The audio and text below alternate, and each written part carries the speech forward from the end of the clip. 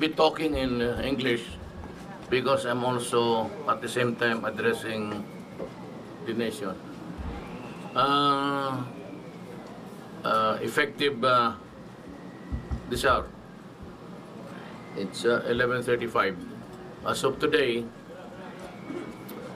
I am declaring a ceasefire. So I'm joining the Communist Party of the Philippines in its desire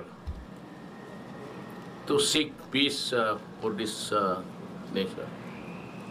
Likewise, in the same manner, I am ordering the Armed Forces of the Philippines, pati ang Philippine National Police, as of today, meron tayong ceasefire. So we avoid hostile actions against each other. We do not go into antagonistic behavior in front of whoever. And as a matter of fact, I am encouraging people in government, the military and the police, to be friendly with the forces of the revolutionary government of the Communist Party of the Philippines. In the meantime, that we have the ceasefire because of the Oslo talks. Not because we want to be extra friendly, but forget for in the meantime, even for a short period, and I hope it would go a long period for a peaceful resolution of the communist rebellion against the Republic of the Philippines. Yan lang po, very important so that everybody will be apprised of my decision, which is mainly based on a consensus and with the concurrence of all the commanding generals of the Armed Forces of the Philippines the other day, and also we kasali si Defense Secretary si Delfin Lorenzana. So very important that this is transmitted to all. Alam mo, and I'm addressing myself to the government forces, all the security forces, na huwag kayong masyado magsama ang loob, because as mayor, as president, rather, my main task is to seek the peace for my country. I am not a president who would enjoy waging war against the citizens of this republic. It pains me deeply to see people dying for an ideology na pwede naman natin mapag-usapan ng mapayapa, just like now. And I would have just also wondered, bakit kailangan pa tayo magpatayan ng for 45 years only to end up which is really a significant event for everybody. Ngayon pala mag-usap lang naman tayo. And to think this so many lives lost for both government and on the other side. Na madalam lang pala na ito sa istorya, okay naman pala.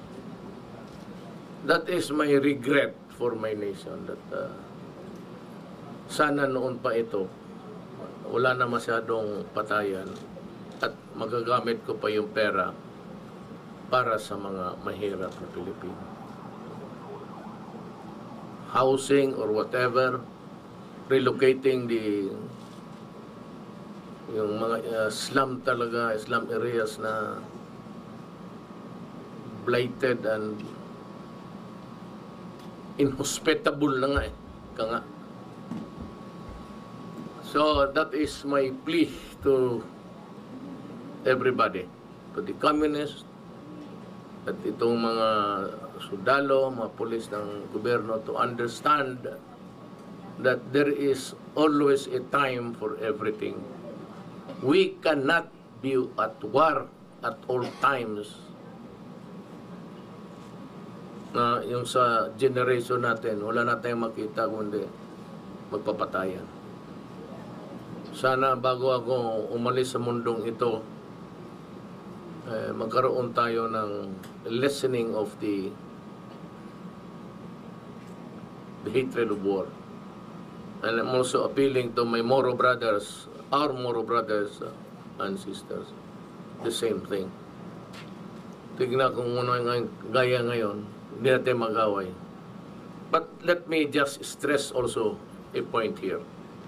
I am committed to give to the Moro people what I promised. Tanggalin na lang ninyo muna yung constitutional issues na nasa BBL para wala ng gulo. No court, no litigation, no nothing. At kung in the fullness of God's time, we will have a successful talk. We can have a constitution that embedded na yung hinihingi ninyo. Ang hindi ko lang nga sa maibigay, sabi ko as of now, yung which I really would object is really itong armed forces na regional, pati regional armed police. Armed forces, pati it's not, I'm sorry, I cannot give that.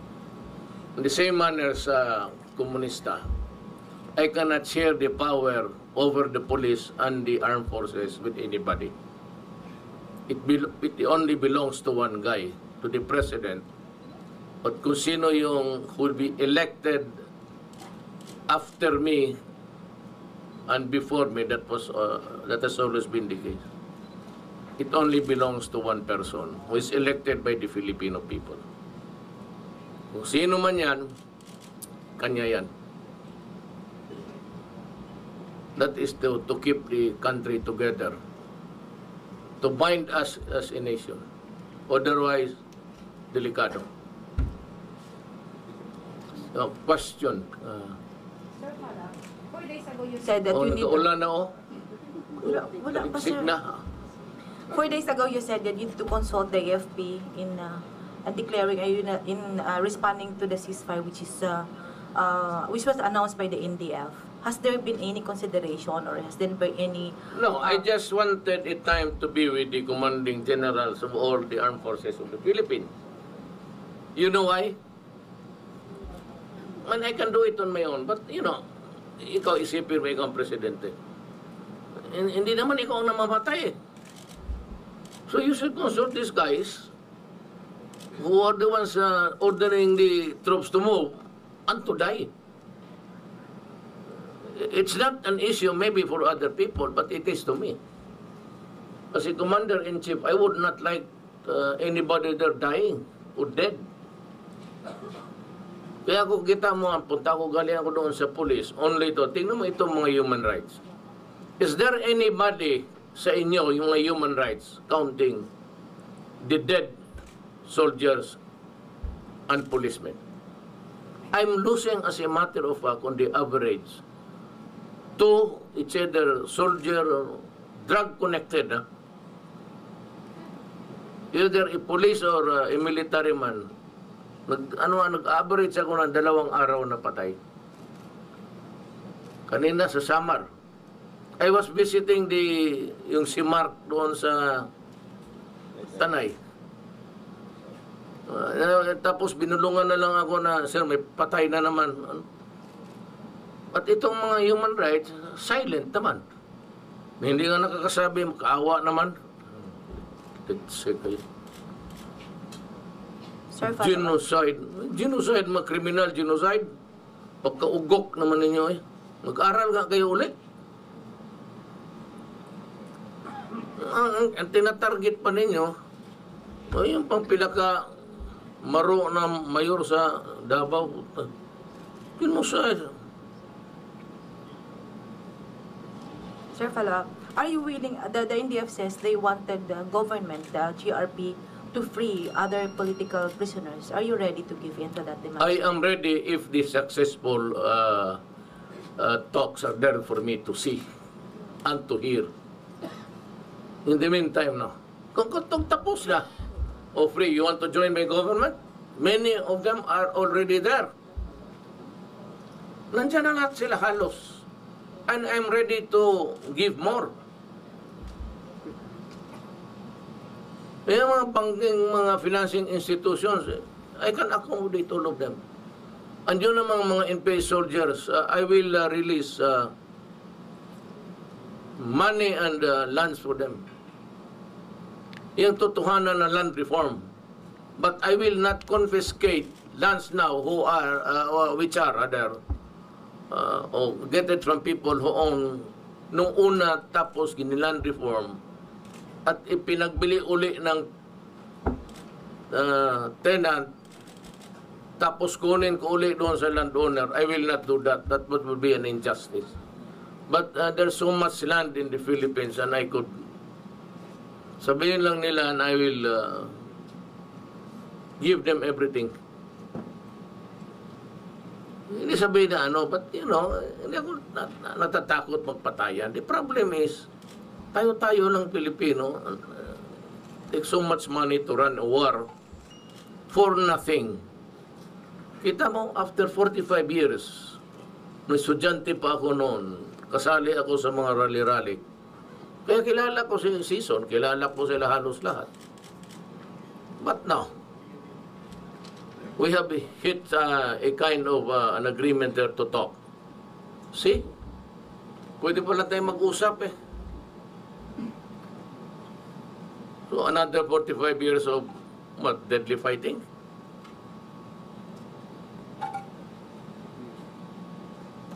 Question. Deputy President, there's a deployment of troops in Western Mindanao right now to crush down the Abu Sayyaf group. Do you have timeline to... Part of the regular movement of troops, they have to be relieved. They're just passing by to catch up the plane bukas. Nire-relieve yan, they cannot be fighting forever there. So you have to give the soldiers a respite also. Part of the regular movement of troops yan. Nobody is getting somewhere. Dati na yan sila dyan. Pinahinga lang, tapos palitan na naman ng mga bagong para, they have to also take a respite of to do. Nothing, no big deal. Kasi pag landing ko nandoon yung sabi ko, bakit kayo din dito? Sabi nila, hihintay ng sakyan. I go, okay. I'll invite you to the dinner. That's the long and short of the story. No big deal, I said. Part of the regular movement of troops in this area. Wala tayong sabihin may kinuha ko sa ibang lugar. Because I need them every inch of the territory if it can be helped. Just for law and order purposes. President, second question, when are you going to announce the 6 to 7 personalities that involved in drug, yung sinabi yung matrix? I have the matrix now. I don't know if Going back to the ceasefire, Mr. President, may time frame ba ito hanggang kailan? I really do not know. The success or failure would depend on the people talking there. If they can agree with each other, especially on the points towards moving towards peace, baka because there will be some dynamics there, Trabaho nila, how they are they supposed to be assimilated back to and be with us together with government people, parang ganun. At no other time, na there's really a big chance for both the communist and government to have peace. At no other time, hindi ako nag-ano. Second question, did they assure including the Moro people. At no other time, mga brother, na makakita tayo ng opportunity na ganito. I do not think that in the future you'd be able to talk sensibly about what bugs this island, what ails this country. Okay, go ahead. Okay, did they assure you na wala nang puputok na bomba sa mga sundalong bababa from the operation sites? It's not my problem. What if kung meron? Alam mo na, madali, may isang order lang naman. Di fight ka agad. It's not my problem. That's their problem. My problem is nobody violates my order, and it behoves upon the Communist Party to do the same. Otherwise, walang mangyari nito. Hindi ko yung problema sila. Problema nila yan. Ang problema ko yung mga sundalo ko, pati pulis ko, kaya ko sabihin na ako kaya ko. Kasi naniwala sila, isang gobyerno lang naman kami. So sabihin ko, huwag muna kasi baka sakali magkaroon tayo ng kapayapaan sa mundong ito.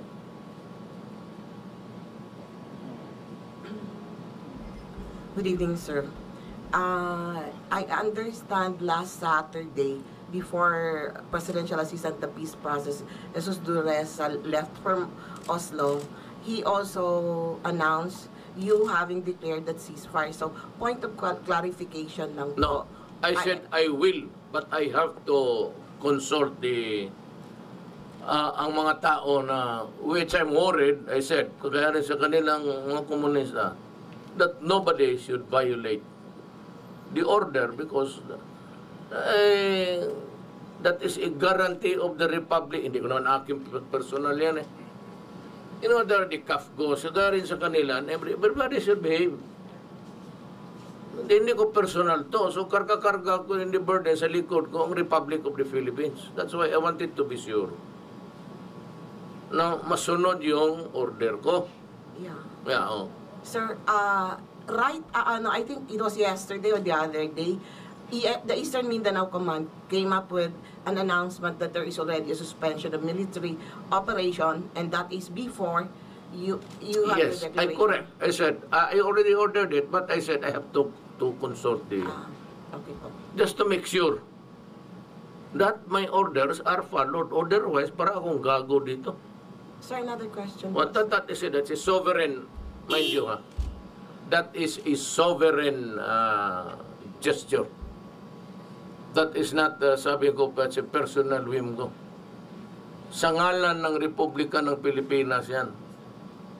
Sir, another question po. You announced yesterday that you have invited Gibo to be the defense. Any development po, sir? Coming in tonight, I called him and reiterated my... Si Delphin Laman Lorenzana, he used to... he was here, tagal na, kilala ni Carol. Kaibigan ni Carol Arguelles yan. He was a very good soldier. I got him as my defense secretary. Sabi niya, Mayor, wala man akong Mayor kasi tawag na sa akin, hindi presidente. Because I do not want... Gusto ko mayor kasi yan ang palayaw ko. No? That's my nickname ko yan dahil matagal akong mayor. Sabi niya, maniwala man ako order mo talaga. Pero, alam mo, matanda na ako. Gusto ko, nakabalik na lang rin ako dito. Gusto ko dito na lang. So, wala akong si Gibo talagang naghugas kamay. These are the guys siguro had some Bad experience with government? Bad experience being with government? Tumandok na kita, ha? Bad experience with government? No, not bad. I was the Secretary of Defense. Yeah. Maybe disenchanted would be the word. Because, he ran for president. Yeah. Itong si Lorenzana naman, gusto na yan, kaganda ng buhok niya nung pumunta yan dito. Ngayon, wala na siyang buhok. Kunti na lang. Thank you po, sir. Gusto na niya manami. Mahimik. Ano ito? Gusto niya dito sa Pilipinas na lang. Of course, that is the dream of every... What's the status of Gilbert of Lorenzana? What exactly is the status of Lorenzana and Gibo right now? Wala, both. First, nagtuturuan kami sa cabinet. Somebody pointed to him. Sabi ko, guys, we have to have an ambassador to the UN, to the United States. That's for Lorenzana. Sabi may nagturo, I don't know, I forgot who. I think it was Sunny Dominguez. Sabi niya, sabi niya, bakit ako naman? Sabi ko, you should do it for your country. Tapos sabi niya, Mayor, pagtindig namin. Kung wala ka naman talagang, if you order me to accept the position, I will work that. Pero gusto ko lang malaman mo na matanda na ako, saka mahirap ang buhay sa labas. Yung mingaw, if it's not your country, So, if that's the case, Lorenzana stays as TND or oh yeah, SND? ayaw niya. Ayaw rin ni Gibo. Ibig sabihin, maghanap tayo ng iba. Ano For ba dyan? ambassador? Yes. Okay, thank you. Sinong naisip mo? Maya na lang pag... Sino yan siya? Iyo, sa PTV4. Isa yun, ma'am. Amantika. Hi sir, I'm Lala Babilonia po from PTV. Yung pumunta ka, Opo. sabi mo, assign ka dito. Kaya nga sabi ko, familiar siya. Ay talaga. Ikaw ba yun? Thank you sir. Sir, ayun po. Good evening. I'm sorry po baka natanong na to kanina. Amidst the unilateral ceasefire po, naka-heightened security alert pa rin po ba ang ating militar at naka-deploy pa rin po ba sa areas kung nasaan yung mga NPA? It would really depend on the military on the ground. Whoever is the commander there, whether it is a battalion or a company, he decides for if there's going to be a relaxation of the vigilance or not. Sir, follow up ay another question po. What's your comment po on the militarization po ng mga areas ng ating indigenous peoples, particularly mga lumad? Kasi sabi daw po nila, mayor pa lang daw po kayo, nagkakaroon na po ng series of dialogues. Pero ngayon pong nagkakaroon na tayo ng peace talks, umaasa po yung mga lumad leaders na baka daw matigil na itong militarization. What's your comment? No, there is no such thing as a militarization. Every inch of this property of the republic must be occupied by the soldiers of the government. There's no such thing as, hindi kayo papasok dyan kasi no militarization there. Siguro yung overt acts na makipag-away, yun ang iniiwasan. Ito namang ideological conflict, nasari lang ito kasi yung iba nandyan sa Alamara, which is really a paramilitary unit. O CAFGO is also one. The other one is meron rin itong who sympathize with the Communist Party. Meron rin silang kanyang liquidation. Meron rin silang private army rin. Except even if they have also the regular ones. Thank you very much, sir. Kanya-kanyang sphere of may influence, ma'am. Okay. Baka bukas ko na siguro deliver, but I will deliver it to pag mag-uwi ko na siguro. Kasi natagalan tayo dito, naghintay na yung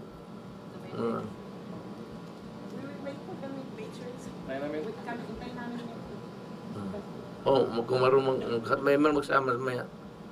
Actually, I am inviting you also, yung lalo na hindi taga rito yung kumakain ng durian. I have invited the soldiers to a durian festival. Kasi hindi na abutan nila ang Kadayawan eh. Sabi, sige, punta kayo doon. Malapol ako. Baka ikaw, ma'am, I'm inviting you. Do you eat durian? Of course, sir. Of course, then we should be together, of course, also. Thank you, sir. Hindi, umabol lang kayo. You are with mga bait naman, mga taga Davao. Opo. Sige, sino pa? Good evening, sir. Last weekend, you declared positions in the government. Are there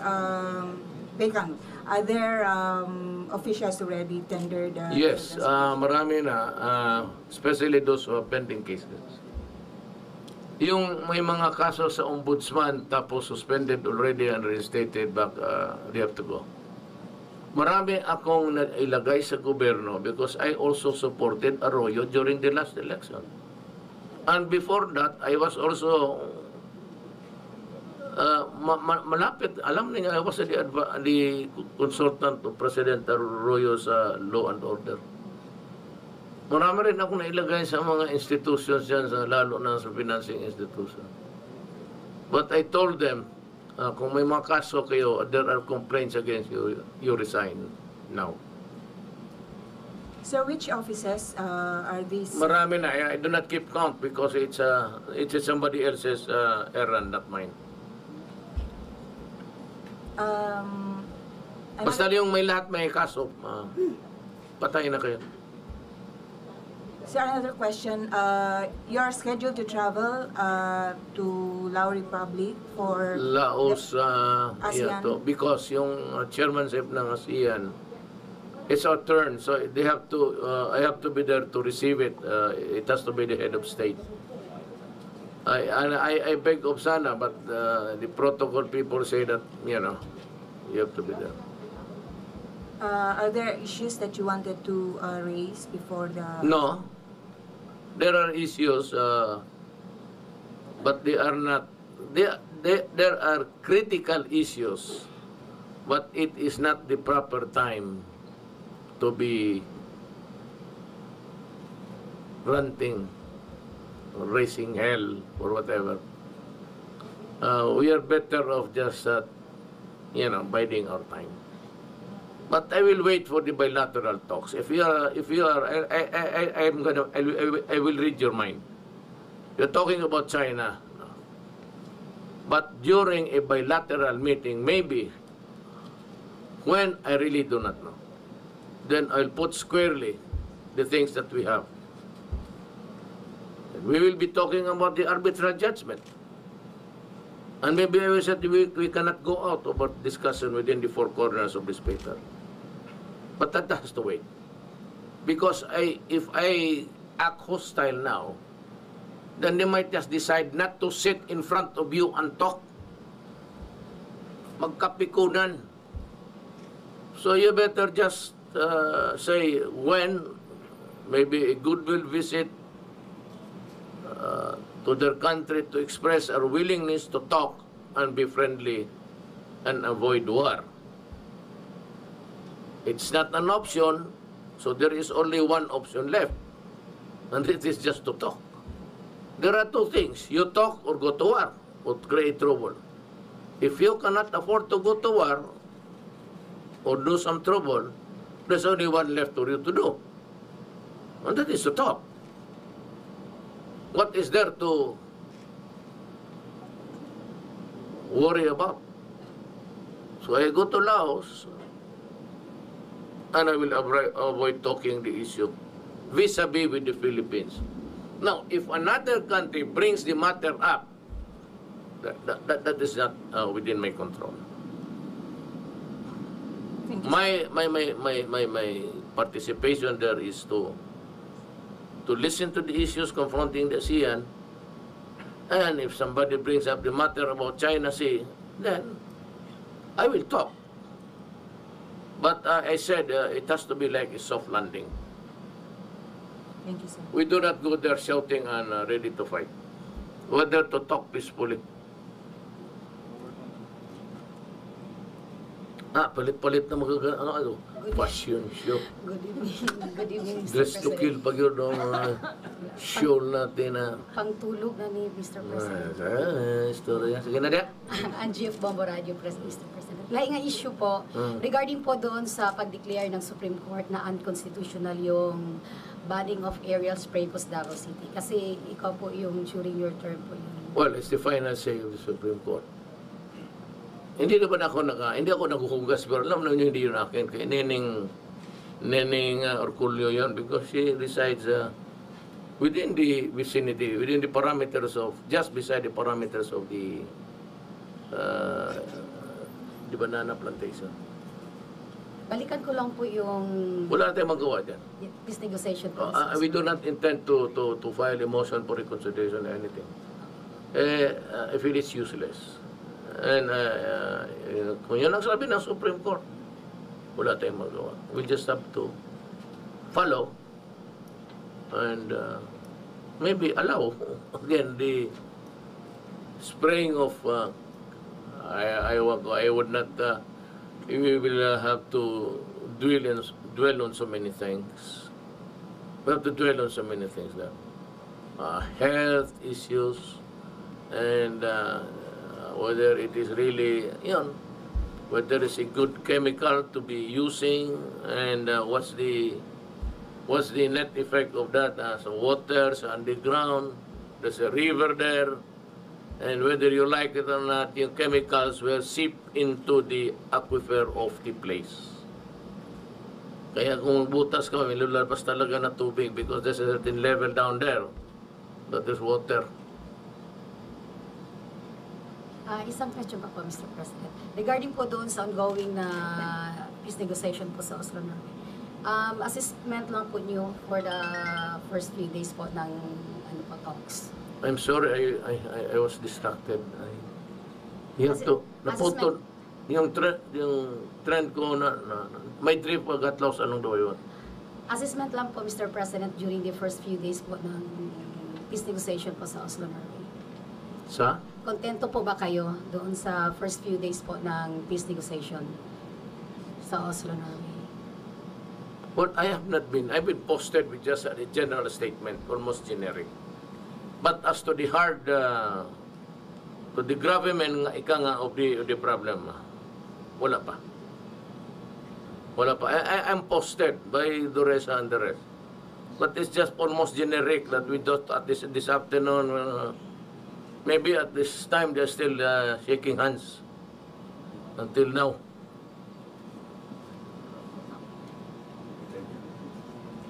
May gabi, sir. Binisaya tao. Appeal sana lang tingali. Anyway, going back to some of the local concerns like the budget, EDSA Lagman is hell-bent on trying to oppose that budget for the office of the President because of huge increase allegedly. Yes. What is your justification and why is the increase I have so many necessary? fights. And he can be very sure that that money will go to either the soldiers or to the police. I should have a budget to buy information and all of these things. I'm fighting a crisis.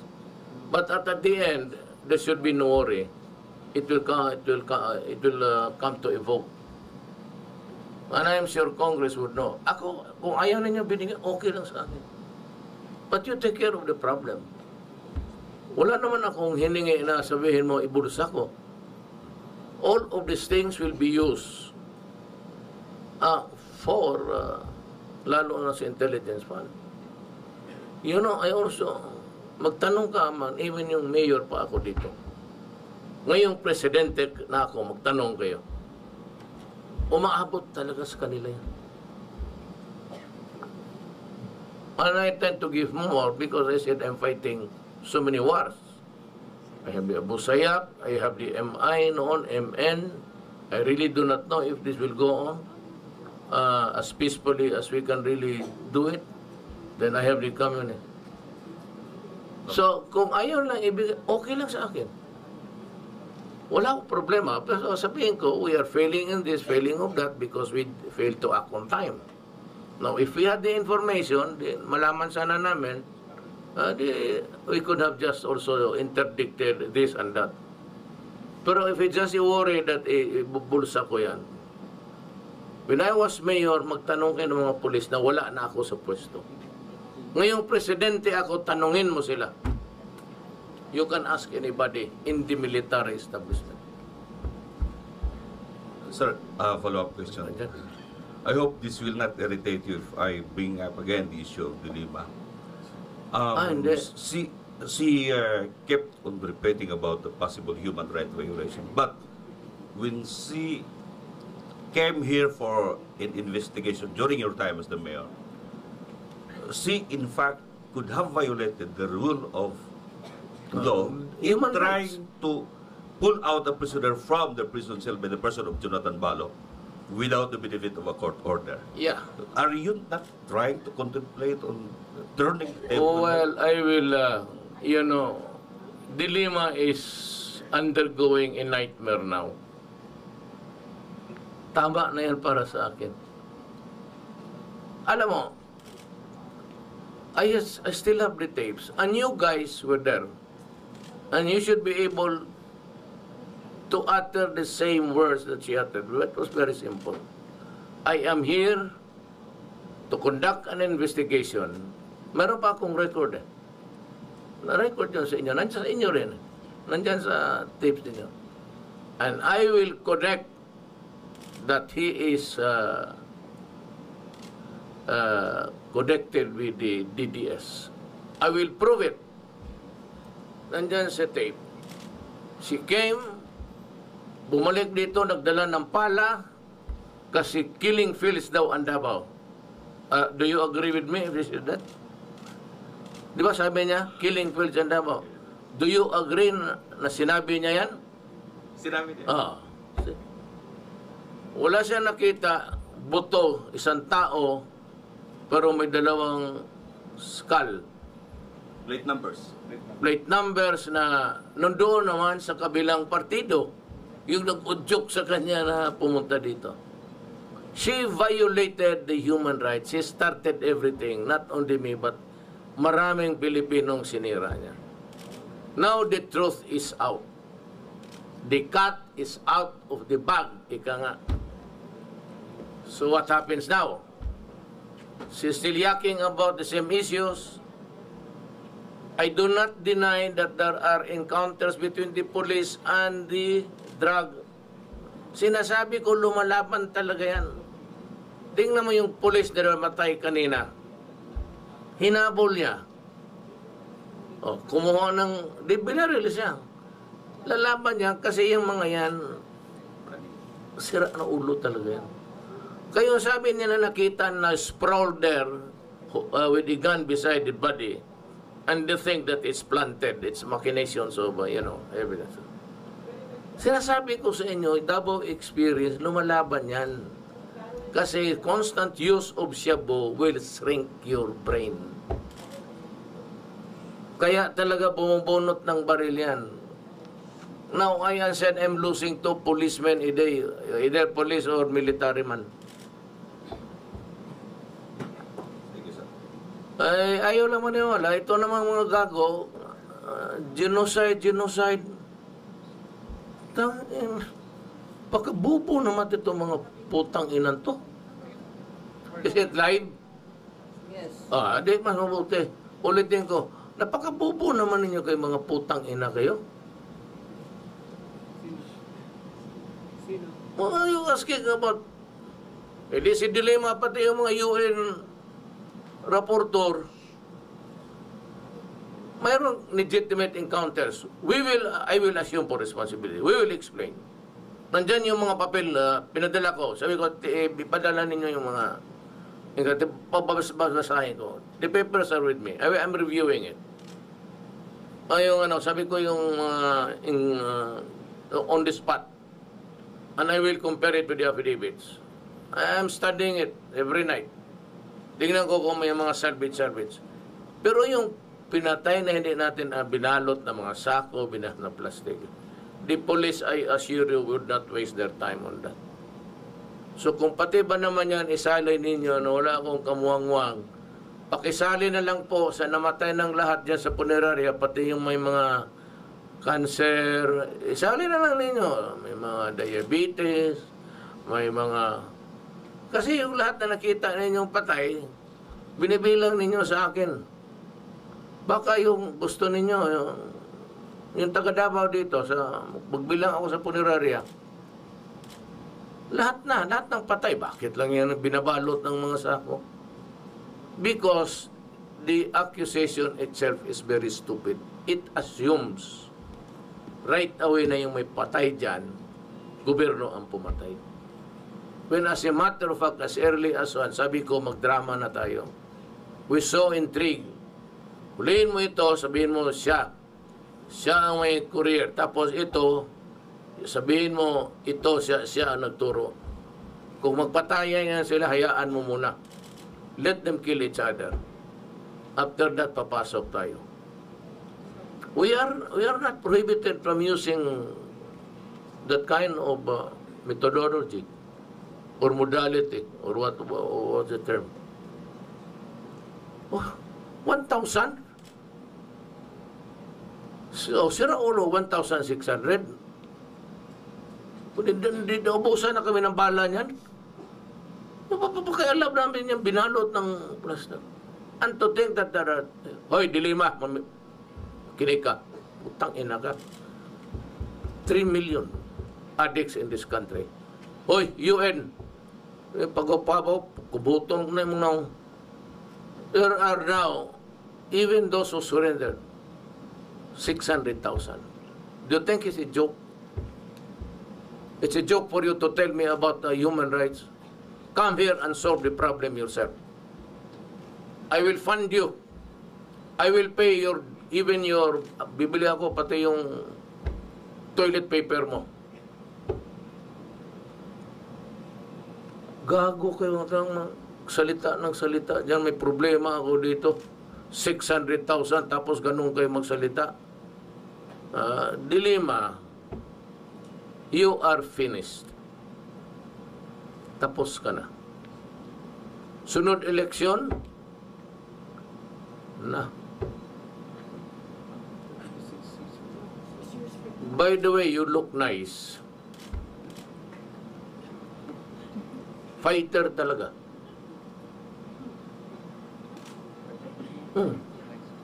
Fighter talaga. Depensa ka kay Diliba. Good evening po. May we know if you have a confirmation already of this report that a kidnapped victim was beheaded in Sulu this afternoon? Is that the other one? This 18-year-old. Yung Norwegian? Is that the one? No. Well, if that's the one, then I would accuse now the Abu Sayyaf of utter bad faith. Binayaran na yun sila 50,000. They were adding...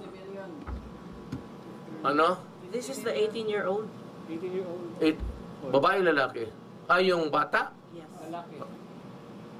That's why I'm sending the troops there and tell them to destroy their...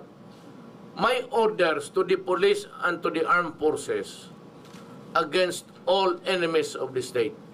Seek them out in their layers, whatever, and destroy them. Ang mga droga, destroy them. Ang mga Abu Sayyaf, destroy them. Period. But, Mr. President... Napaka-ano naman nila. Diyan ako nawalaan ng bilib sa inyo. How different... Yan, pasalamat ako when I won by landslide sa ano. Alam naman ninyo kung ano.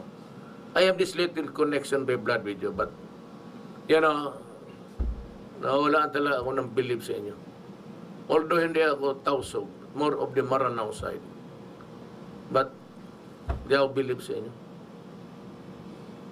How will this war against the Abu Sayyaf be any different from the previous administrations, which also, by the way, waged wars against Abu Sayyaf? I said I'll be harsh.